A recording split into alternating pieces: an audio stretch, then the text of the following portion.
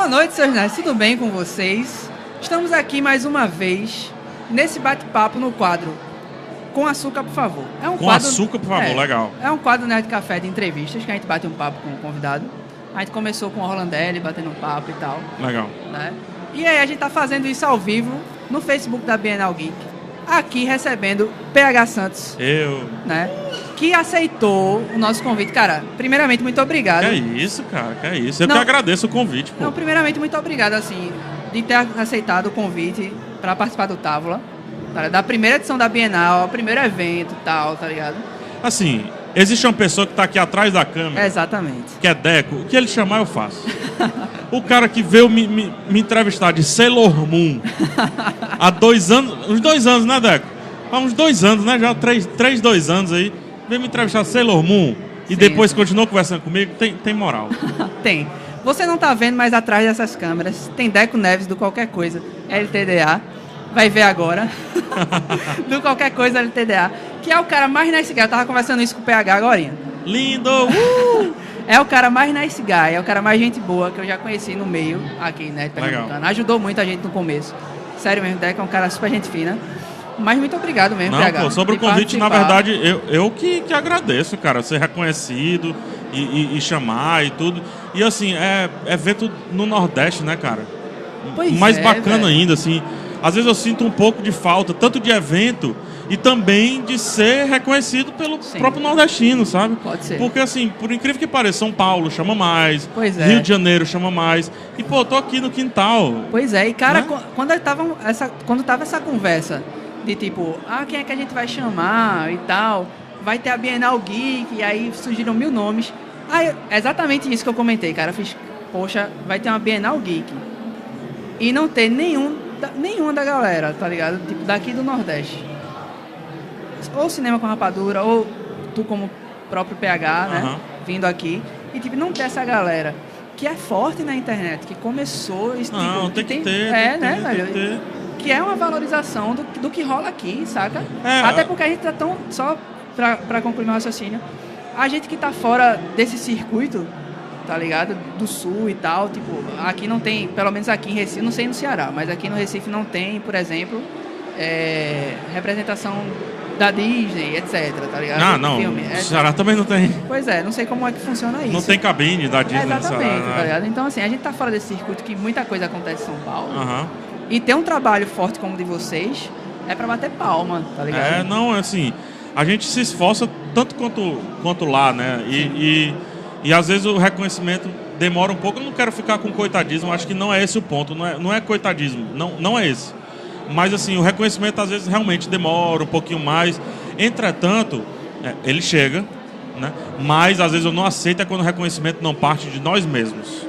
Pois da gente cara. para... tudo nosso. Da galera que reclama que não... Eu não preciso mudar nem o sotaque para vir para cá direito. Pois é. Né? Pois é. Da galera que tipo, não tem evento e tal, e aí tem evento, tá ligado? E tem que valorizar, o público tem que valorizar. Não é só o evento valorizar a turma que é daqui e tudo mais. O público tem que valorizar. Tem um evento desse, mas eu não curto tanto o assunto. Vá, preencha espaços. É isso que eu falo. Pois é. Preencha espaços. Se você não preencher espaço, ele vai ficar para sempre vazio. Esse é o ponto. Pois é, tu tocou num assunto que eu nem ia começar falando isso, mas tu falou, não é coitadismo e tal. Não é coitadismo. E essa é uma coisa que eu sempre pensei quando acompanhava o trabalho de vocês, tá ligado? Do Cinema com Rapadura e do teu. Que quando eu conheci, na verdade, o trabalho de Rafael, eu conheci pelo Rapadura Cast, né? E foi quando eu comecei a escutar podcast, conheci o Nerdcast. Aí eu digo, massa, viciei, né, em podcast e tal. E aí conheci o Rapadura. E a primeira coisa do Rapadura que me chamou a atenção, eu fiz, caramba, velho, a galera tem um sotaque forte pra caramba, tá ligado? Tipo, e era, tipo, vocês do Ceará, e tinha o Maurício com o sotaque dele e tal. Do Rio Grande do Sul, Rio Grande do né? Sul, eu digo, pois é, eu digo, a galera não tem um sotaque muito forte, não esconde o sotaque e tal. Eu achei, que massa e tal. E eu nunca vi vocês falando, tipo, porque a gente é do Nordeste, não sei o quê. Nunca, tipo, desse coitadismo.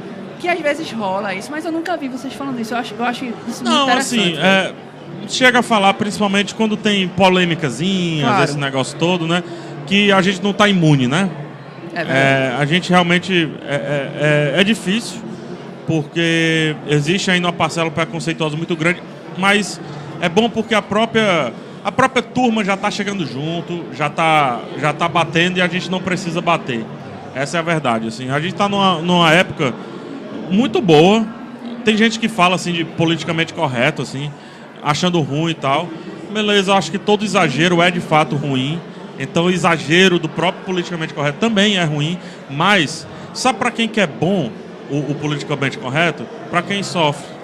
Entendeu? Então, assim, eu sou viciado para falar, né? Mas para mim tá massa. O politicamente correto para mim tá massa. Porque eu sou nordestino, preto e gordo. Então tá massa. Pra mim tá show. Sim, sim. Eu também tenho esse pensamento, só que eu acho que a gente tá vivendo um momento de transição, de aprendizado, que vão haver exageros, óbvio, sempre há, sim, nesses momentos de aprendizado. Mas é muito válido porque tá mudando. O chiitismo também, de você ter um brother, não poder brincar, de você não poder, não fizer uma brincadeira comigo e tudo, aí não. Até porque a gente perde a nossa essência nordestina, que é de zoar não, que é paulista, de frescar com todo mundo, né? Tirar uma onda. Tirar uma onda, como fala em Recife, exatamente. Então, assim, a gente realmente não pode tirar a nossa essência. Sim. Né? Mas tem um seu lado bom. Tem. Ô, Rafa, deixa eu te perguntar uma coisa. Tu é um cara que trabalha com internet há muito tempo. Sim. Muito tempo, né? São 14, 15 anos por aí. Exato. Então, é um dos produtores de conteúdo aí de mais tempo na estrada e com vários projetos. Tipo, já te conheci pelo Rapadura Cast, sim, Cinema com Rapadura, aí tem teu canal do YouTube, aí sim, tinha Iradex, exato, aí outros podcasts adjacentes. Exato. Isso é muito Tarantino, sensacional, etc. Eu achava genial, cara. Sensacional. Isso é muito Tarantino, é um projeto que eu tenho muito carinho. Acabou porque realmente chegou ao limite sim, dele. A gente também tem que aceitar que algumas coisas, algumas piadas têm um fim, não precisam ficar sendo repetidas. E Isso é muito Tarantino também, o estilo chegou a um fim, tá lá, as edições foram 20 e pouquinhas, 30 e pouquinhas, se eu não me engano, e pronto, é isso. Não preciso mais do que isso. Mas sim, existem muitos projetos. Eu falei no painel mais cedo aqui que eu tô é uma faculdade que eu tô fazendo, assim, é uma carreira que eu tô traçando, que eu não posso desperdiçar nada que tem nessa carreira. Então, desde o Cinema com Rapadura, passando pelo Rapadura Cast, teve a minha saída do Rapadura Cast, depois a volta, passando pelo Iradex, que foi o meu primeiro projeto que eu construí do zero, sabe? Sozinho ali, depois juntando com o Caio e com o Gabriel, que abraçaram tanto que eu deixei o Iradex e eles continuam, e existe o Iradex, está lá, pode crer, forte, como era antes e tal. E assim, tudo é meu aprendizado, né? Até chegar, talvez, o meu produto mais maduro. Eu tenho certeza absoluta que o YouTube hoje é a minha fase mais madura, o meu produto mais maduro. Eu coloco eu consigo acertar mais por conta de várias coisas que eu vivi, sabe? E eu acho que, fica uma dica, então, não acho que o seu primeiro projeto talvez seja o último também, né? Que ele seja só mais um dos projetos que vá testando, vá indo, faça coisa só. Pode crer. Né, para seguir o seu caminho também, fazer o seu nome. Eu estava conversando com o Matheus agorinha, que ele estava aqui, e eu estava dizendo isso. Matheus assim, Matheus Alblu. Matheus é um charme. Matheus é... E aí eu estava conversando isso, assim, que a gente estava falando do começo dele, que ele disse que ele era tímido, eu não acreditei, né, porque ele é super espontâneo e tal. Diz ele que era tímido. Eu acho que o tímido dele sou eu. Pois é. O tímido dele sou eu, pronto. A gente tava falando isso porque quem produz conteúdo, eu acho que sente muito isso no começo. Por exemplo, o Nerd Café é um projeto meu e eu ainda tô me descobrindo, assim, sabe? Tipo, tem conteúdo que eu digo, poxa, eu não tô gostando desse conteúdo ainda, sabe? Eu preciso encontrar uma forma, e aí você vai produzindo, e aí você vai se descobrindo, né? E eu acho que tem muito isso, assim. Tem essa caminhada, né? De você se descobrir, de você testar. Porque assim, a gente tem... a internet ensinou de uma maneira ruim a gente a ter muita pressa, né? E eu acho que pressa não combina para formação de conteúdo, formação de marca, definição de produto e mais ainda, Rafa, a definição da nossa voz, entendeu? Eu acho que você ainda não encontrou a sua voz, por isso que você está com esse sentimento. Porque eu agora comecei a encontrar a minha voz, a maneira que eu gosto de comunicar, do meu jeito, as coisas que eu não quero falar, as coisas que eu não sei falar. Por exemplo, eu não falo de games, eu não sei falar de games. Só jogo FIFA. Entendeu? Então não tenho que falar de tudo da cultura pop. Eu não falo de anime uma vez ou outra só. Por quê? Porque eu não sei, não é pra mim e tal. Então, tendo essa certeza do que eu sei, do que eu não sei, aí eu vou começando a afinar o meu conteúdo. E leva tempo, pô. São 14, 15 anos entre vários acertos, vários erros. Mas com certeza, bicho, com certeza, cada diazinho ali que eu fiz merda, falei merda, respondi errado, respondi de maneira ríspida, entrei numa polêmica que eu não deveria ter entrado e coisa e tal, tudo me ensinou a hoje ser assim, meu conteúdo é muito sóbrio, é um conteúdo muito simples, muito direto, continuo aprendendo, é fato, mas assim, eu sou muito feliz com o meu conteúdo hoje, muito feliz mesmo, muito feliz de conseguir me definir como crítico de cinema, que essa é a voz que eu quero ter, é a voz que eu quero ser, é assim que eu quero ser conhecido, quero ser respeitado no meio da crítica de cinema, idem, pelos críticos, pela academia, o que quer que seja, mas sem perder também aquela zoeira lá que há no entretenimento, que é a parte bacana também, que é a parte que me projetou, né? O que me projetou foi o humor, um pouquinho do humor que eu tenho. Pode crer, pode crer. E o que, pelo menos o que me pegou em vocês, tanto em tu como o Jurandir e tal, né? Nas pessoas que eu curto, é a sinceridade, assim. E tipo, dizer que gosta mesmo, e dizer que ama mesmo, e dizer que curte mesmo, assim. Sim, saca? Sim. Essa paixão pelo que faz é muito nítido, saca? Cara, cinema é arte, né? Cinema é arte. Arte vem de onde? Vem do coração, né, pô? Então, assim, metafísico falando, obviamente, mas assim, se a gente não encarar a arte com paixão, encarar só e somente só de maneira técnica, não estou dizendo que não deve encarar de maneira técnica, não estou dizendo isso. Até porque 70% do meu trabalho é o lado técnico. Mas aqueles 30% que é coração, tem que ser muito coração, Rafa. Porque se eu quero ficar fazendo isso até meus 60, 70 anos de idade, eu não posso ser racional. Tem que ser apaixonado. E isso muda muito. Sabe por quê, Rafa? Te contar um negócio. Rafa, né? Sabe por quê? Tá massa. Vou chamar de PH. Sabe por quê, PH? Eu quero Rafa, pronto. Sabe por quê? Quando eu comecei a consumir o conteúdo de vocês, podcast em geral, essa história que eu falei, né? Que eu conheci Nerdcast, conheci Rapadrocast, foi uma época que eu tava meio doente e tal, e aí tem aquela questão que você se apega, vira, né, uma rotina. E aí quando eu conheci o Rapadrocast, eu gostava muito de cinema, de filme, assistir filme, eu era guri, né? E aí eu comecei a escutar vocês, eu comecei pelo programa do Rei Leão, que é meu desenho preferido. Ixi, esse tá massa, hein? Que é meu desenho preferido. E aí comecei a assistir o Maurício também, no canal dele, Mauro Saldanha. É o Cabine Celular. Exato. E, cara, ver vocês e ver o Mal me causou um sentimento assim, tipo, quando eu vi um vídeo aí de Maurício, pode procurar aí Cabine Celular. Eu acho que não tem mais esse vídeo, mas o Maurício continua fazendo vídeo. Mas eu acho que outras pessoas helparam, não? Exato. Não sei. Mas, tipo, tem uns vídeos dele, ele chorando mesmo. E Jurandir falando, o Rei Leão é meu desenho da minha... Isso me causou um sentimento de verdade, assim, tipo, caramba, eu posso chorar com um filme, assim, e abertamente dizer que eu gosto, saca? É isso aí. Porque tinha muito isso de eu não vou, sabe, é só um filme e tal. Não, eu posso chorar, assim, eu posso ser um apaixonado, eu posso dizer pra todo mundo que mudou minha vida e tal, isso não é vergonha nenhuma. Porque eu era guri, e quando você é guri... Você tem algumas amarras. Você tem algumas amarras, exatamente. Saca? Não, cara, essa é a melhor parte do cinema, pô. Exato. A coisa que nos toca é a melhor parte do cinema. O pessoal pensa, existe uma... Como é que eu posso dizer? Existe um pensamento muito errado com relação ao crítico. E eu afirmo isso sem dó, assim. O crítico essencialmente gosta de cinema. Ele não gosta da falta de qualidade, como muita gente pensa, assim, porque aí... então o crítico é para falar mal e tal. Não, o crítico é apaixonado por cinema. A melhor coisa para um crítico é ele sair do filme e dizer assim, não tenho nada para falar. Tá aí, é isso aí. Entendeu? Essa é a alegria. E aí você sair do cinema e ter esse sentimento e não achar certo expor o sentimento, opa, tá errado. Tá errado. A parte boa é a parte que a gente sai, por exemplo, eu saí de Despertar da Força, episódio 7 de Star Wars. Eu saí e disse assim, meu Deus, que foi isso que eu vi que desculpa a palavra, que foda, velho. Entendeu? Que massa, que felicidade que eu vou sentar e gravar e falar e gravar podcast e tudo. E essa é a melhor parte do cinema, cara, é se apaixonar pelo que a gente tá vendo. Pode crer. PH, tu falou aí da tua carreira na internet e tal, né? Vários anos aí, mais de uma década. 14 anos, né? Tu falou? 14, 15 anos. 15 anos, exato.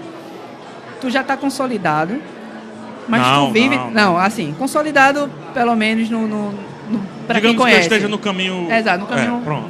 Pra quem conhece, tá consolidado e tal. Mas tu não vive de internet, né? Tipo... Não, também vivo, Tu também vive, mas tipo, não só isso, né? Não é só isso. Não é só isso porque eu escolhi o caminho mais fácil. Digamos assim, eu escolhi ter um emprego tradicional. Então eu tenho um emprego tradicional, trabalho às 8 horas por dia, botãozinho e tudo mais e tal. Mas existe um terceiro e quarto expediente, eu diria, que é todo dia. É igualmente, tal como o meu emprego. Sim. Passou das 6 horas, eu vivo o meu canal, vivo Rapadura, vivo tudo que a gente está falando aqui. O lado bom é que eu tenho uma consolidação também nesse emprego, né, nessa minha carreira da parte de desenvolvimento web, etc., que acaba se relacionando um pouco com o lado digital que eu tenho. E esses caras sustentam, né? Isso sustenta o que era o meu sonho, agora é o meu emprego também, é o meu segundo emprego, e também sustenta eu fazer isso com calma, com tranquilidade, etc. Então, muita gente pensa assim, eu vou viver disso. Talvez não seja esse o único caminho. Sim. Existe o meu caminho, que é o caminho de sim, ter um emprego coxinha e sim, utilizar esse emprego para impulsionar o seu sonho, impulsionar aquilo que você quer ter como carreira pro resto da sua vida. Eu gostei do que tu falou, também vivo disso. Achei massa. Exato, assim. Cara, como eu me vejo, eu não me vejo no meu emprego tradicional que eu tenho, isso para além dos 50, 60 anos de idade. Porque, quer queira, quer não, eu vou me aposentar lá. Claro. Mas desse eu não vou me aposentar, não. Sim. Porque não é CLT, não é por obrigação, é por escolha. Sim. Então, assim, esse eu posso dizer que é o emprego da minha vida. Falar de cinema, viver cinema, é o emprego da minha vida. Massa, mas como foi que tu caiu na internet, Rafa? Assim, primeiro, tipo, vou fazer algo aqui. Sabe? Cara, produzir conteúdo. A história é muito louca, bicho, porque se confunde muito com o meu emprego tradicional, né? Porque eu estudei programação, me formei em computação, me formei antes em história também. Eu ia perguntar isso ou se eu tava viajando, assim, tem uma formação em história também. Eu sou formado em história e sou formado em computação também. E fora os cursos de cinema, etc., que tem muita coisa. Mas o lance começa no Mirk. No Mirk, lá no final da década de 90, eu ganhava dinheiro, menino, 16, 15 anos, fazendo bot. Bot é um robozinho que você colocava nos canais e ficava dando boas-vindas para as pessoas e etc. E tinha um canal gente, é da época, fruto da época, tá? Não me critique por isso, não. E tinha um canal de MP3, que eu tinha um bot, que aí o cara fazia a busca da MP3, aí já botava para baixar o MP3, era no comecinho do baixar e etc. Então, meu primeiro dinheiro vem disso, e eu era dono de um canal, que era o canal C7S, junto com outras pessoas, que a gente anunciava professores, cursinhos, festas, né? Coisa relacionada a gurizada, assim, com relação a colégio. Então, aí começa a minha proximidade com a internet em si. E eu sempre gostei de cinema. Sempre amei, curti muito cinema, por conta do meu avô. Essa história está contada e recontada no meu canal e também no Cinema com Rapadura. E daí teve um site, que é o primeiríssimo site. Isso aí eu pouco falei ao vivo, viu? Isso. Ao vivo e gravado, assim, pouca gente sabe. Nessa época, tinha um dos OPs do canal C7S junto comigo, certo? Que era dono de um site chamado Caldibila. Caldo de Bila, né? Caldibila. E aí ele chamou alguém para falar sobre cinema. E eu fui escrever. Eu devo ter escrito uns 3 textos pro canal só, pro site. Era kit.net na época. caldibila.kit.net. Só que a partir daí pegou minha veia de... eu saí, isso eu tô falando de 2001, 2002, né? De sair do Mirk, porque o Mirk meio que acabou, e querer continuar escrevendo em alguma coisa. Aí eu encontrei o Cinema com Rapadura. Uma amiga minha me chamou, a Maíra. Amiga na época não, ela me conhecia por intermédio de um amigo meu que me conheceu no Caldibila. Me chamou e eu fui fazer uma coluna no Cinema com Rapadura chamado Metamorfose.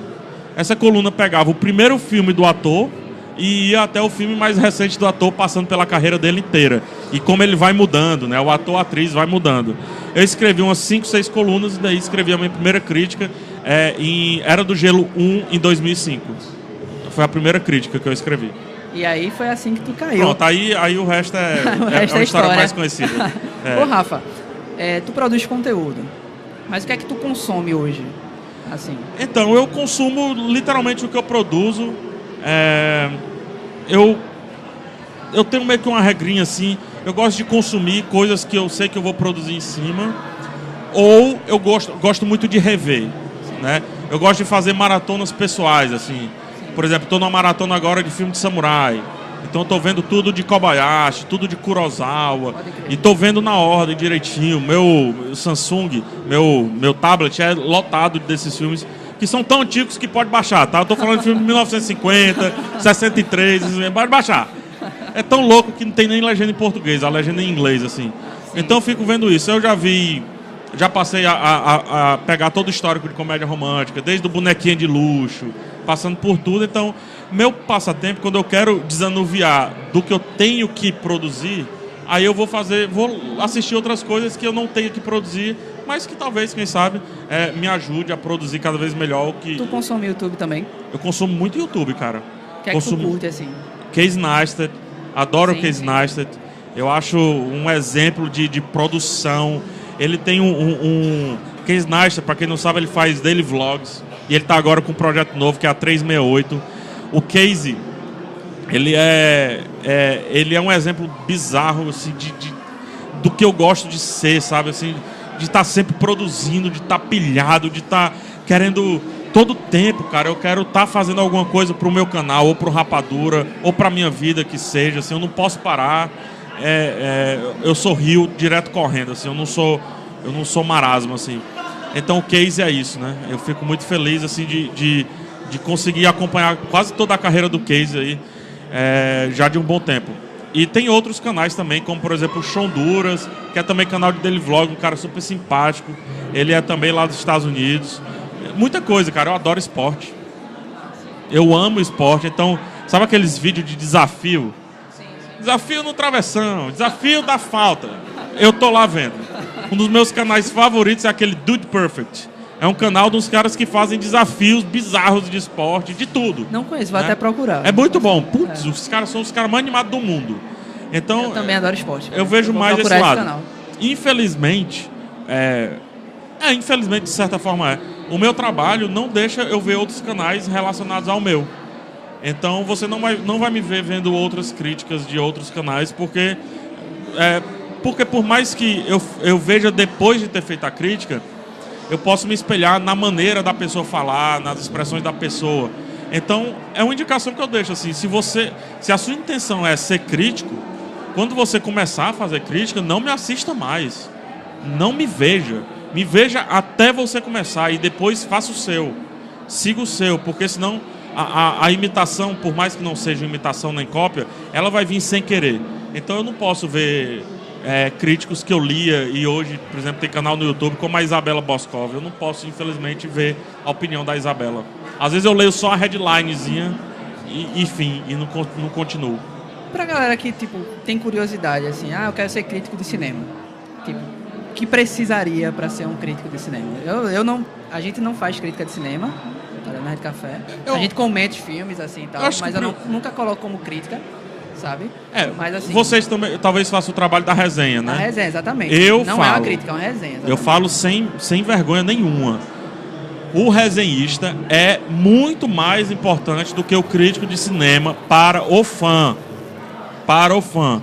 O crítico de cinema não tem compromisso com o fã, não tem compromisso com produtora, com nada. O resenhista, ele sim tem um compromisso com o fã em quê? Em achar a obra relacionada, em achar o assunto relacionado, em fazer o fã ver aquilo dali com mais paixão ainda, com mais vontade ainda. Então eu acho, sinceramente, cara, hoje os bons resenhistas precisam aparecer até mais do que os críticos. Mas, se o lance é seguir como crítico, primeiro, tem que ter uma opinião...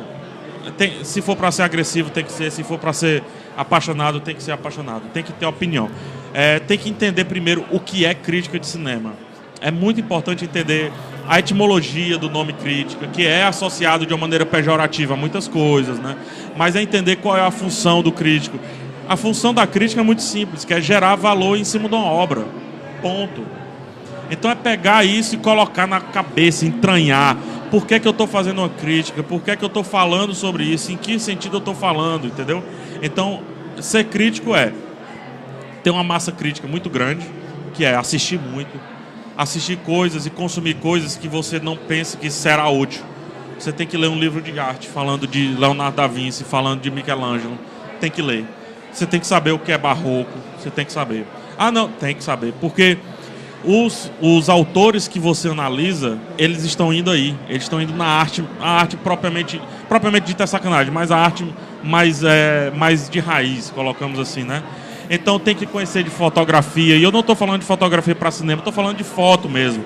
Tem que treinar o olho, sabe? Tem que saber para onde olhar, para o que está vendo, o que não está vendo e mais. Acho que a principal dica que eu dou para quem quer ser crítico de cinema: tem que parar de achar que as coisas são por acaso. Nada na arte é por acaso.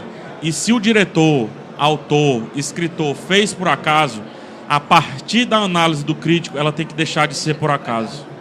Entendeu?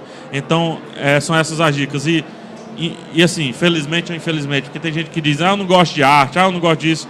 Gostando ou não gostando, vai ter que estudar, pai.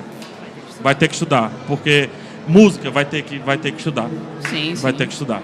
É a mesma coisa aí eu parto para mim, tô fazendo letras, né? Aí eu parto para a área de crítica de livro, né? Que também você vai ter que entender. Você vai ter que entender gostar o contexto, de filme. Você vai ter que ver os filmes. Porque é um livro. Exatamente. Né? Então, assim, PH, nesse quadro, a gente encerra perguntando algumas indicações. Certo. Né? Então, eu sei que, tipo, tu curte quadrinhos. Muito, né? muito. Então, uma indicação de quadrinho, uma indicação de filme e uma indicação de série. Quadrinho, eu vou indicar um quadrinho espanhol, bonitão, difícil de ler, chamado A Arte de Voar. Certo? Ele conta a história do pai dele, que cometeu suicídio, e acaba contando, na verdade, a história da Espanha, de guerra civil, de tudo, assim, que muita gente comenta na mídia e tal. Então é um quadrinho muito bonito, muito denso, muito difícil. O balão é dessa largura aqui de texto. É um quadrinho bem diferente, mas é para quem quer algo mais hardcore mesmo. Assim. Então é esse quadrinho que eu indico, A Arte de Voar. Lindão, quadrinho espanhol maravilhoso. O outro que você pediu é filme, né? Filme, série e um livro que eu esqueci de pedir. O livro, cara, deixa eu indicar. Eu vou indicar Você Senso Comum. Sim. Eu vou indicar O Nome do Vento. As Crônicas do Matador do Rei. É o meu livro favorito dos últimos anos aí. Eu amo de paixão esse livro. Quem gosta de Harry Potter e quiser ler eu não estou dizendo que Harry Potter é infantil, tá? Mas um livro que começa com Harry Potter já adulto, digamos assim, vai ler a história do Cote, saber quem é o Matador do Rei, saber o que é que esse bardo traz. O cara anda com um bandolim, um violão, tem música, tem tudo. Não conheço. É sensacional. O Nome do Vento tem 2 livros. É O Nome do Vento e o outro livro é O Temor do Sábio. O terceiro livro ainda não foi lançado, vai ser lançado nos próximos anos, eu acredito. E uma série? Série, deixa eu ver aqui, cara, uma série que eu gosto muito é Westworld. Westworld, né? Mas deixa eu quebrar aqui. Sim, assista Fear the Walking Dead. Você que assistiu Sério, The Walking Dead, chega em mim. Você que assiste The Walking Dead desistiu. Sim. Você que começou a assistir Fear the Walking Dead, que é o derivado de The Walking Dead. Que faz super sentido desistir de The Walking Dead. A gente entra nessa discussão no futuro. Eu tô lá, firme e forte. Né? Mas você que entrou em Fear the Walking Dead e também desistiu, assista a 4ª temporada de Fear the Walking Dead. Você não precisa ter assistido os outros The Walking Dead. Você não precisa ter assistido as outras temporadas. Cara, o que eles estão entregando em termos de cinematografia, fotografia, lindona, cara, lindona. Só pra deixar você aí chateado por não estar com Walking Dead, cara, tá quase Breaking Bad. A fotografia tá quase Breaking Bad. Caramba. Existem 2 tempos, a série está se passando no presente e no passado. No passado eles tomam a coragem de deixar tudo coloridinho, direitinho, e no presente eles tomam a coragem de deixar tudo preto e branco, mais pro vintage, meio amarelado e tudo mais ali. E eles estão mantendo essa linguagem desde o primeiro episódio. Eles estão conseguindo matar personagens que você... Opa, peraí, eu conheci agora? E eles estão matando. Eles estão criando histórias que não fazem tanto sentido no termos do maniqueísmo. O maniqueísmo que é tão aberto, é tão escrachado no The Walking Dead. O Fear the Walking Dead está resolvendo tudo isso. É uma série livre de The Walking Dead, uma série livre da própria Fear the Walking Dead nas outras temporadas. E digo, se não fosse a 4ª temporada, se fosse uma nova série, tava todo mundo babando, tava todo mundo falando. Mas como tem esse background aí, tem esse passado, aí as pessoas não estão falando. Fantástico. Assista até o 3º episódio. Não gostou? Beleza, você para. É só 1h30, não vai fazer mal. Olha aí a indicação, faltou o filme. O filme eu vou indicar... é um filme que eu tô amando, continuo amando. É o Projeto Flórida. E eu sei que pouca gente viu esse filme. Vá lá no meu canal, depois de assistir o filme, e vejam um vídeo que eu fiz respondendo a pergunta por que Projeto Flórida é o filme mais real que eu já assisti. É um dos filmes mais reais, mais realísticos que eu já assisti. Esse filme é lindo, conta a história de uma meninazinha, a Mooney, que vive em Orlando, uma cidade que é conhecida pela Walt Disney, pela Universal e tudo mais. E o Sean Baker, que é o diretor desse filme, busca um olhar diferente, um olhar mais sujo dessa cidade, por trás dos tapumes, digamos assim, os tapumes de entretenimento. E a história dessa Mooney é brilhante. Uma meninazinha de, 6 anos, 8 anos, vivida pela Brooklyn Prince. Esse filme é demais. Filme muito real. Atores escolhidos pelo Instagram. Sim. Sabe? É fantástico, fabuloso. Assista Projeto Flórida, que é mais legal do que a própria vida. De todas as indicações, fiquei curioso com Fear the Walking Dead. Assista o primeiro episódio e me fale. Vou assistir, depois eu falo. Você manda pra mim, você manda o stories. Eu quero stories. Tá, ok. Vai ficar puro. Se não gostar, beleza. Taque o pau e diga por quê. Vou assistir. Então é isso, galera. Rafa, obrigado, cara. Cara, eu que agradeço, que é isso. Obrigado, sou muito fã do Nada, seu que trabalho. é isso. Aí vou aproveitar pra tietar, muito fã teu mesmo, assim. Obrigado. Sabe, fez parte da minha construção. Obrigado. Sabe? Fez parte de verdade da minha construção. Espero que tenha sido um bom tijolo. Sim, com certeza foi. Legal. Então é isso, obrigado, Rafa. Valeu, irmão. Você que está acompanhando a Bienal Geek, vai ter muito mais entrevistas, vai ter muito mais lives. Obrigado pela Bienal Geek, né? Um evento nosso, um evento nordestino, um evento que traz ao Blue, um evento que com traz sotaque. PH, exato, um evento que traz Felícia, né? Um evento nosso, então aproveite, vem pra cá amanhã, que vai ter muita coisa ainda, tá muito massa. E é isso, galera, até a próxima.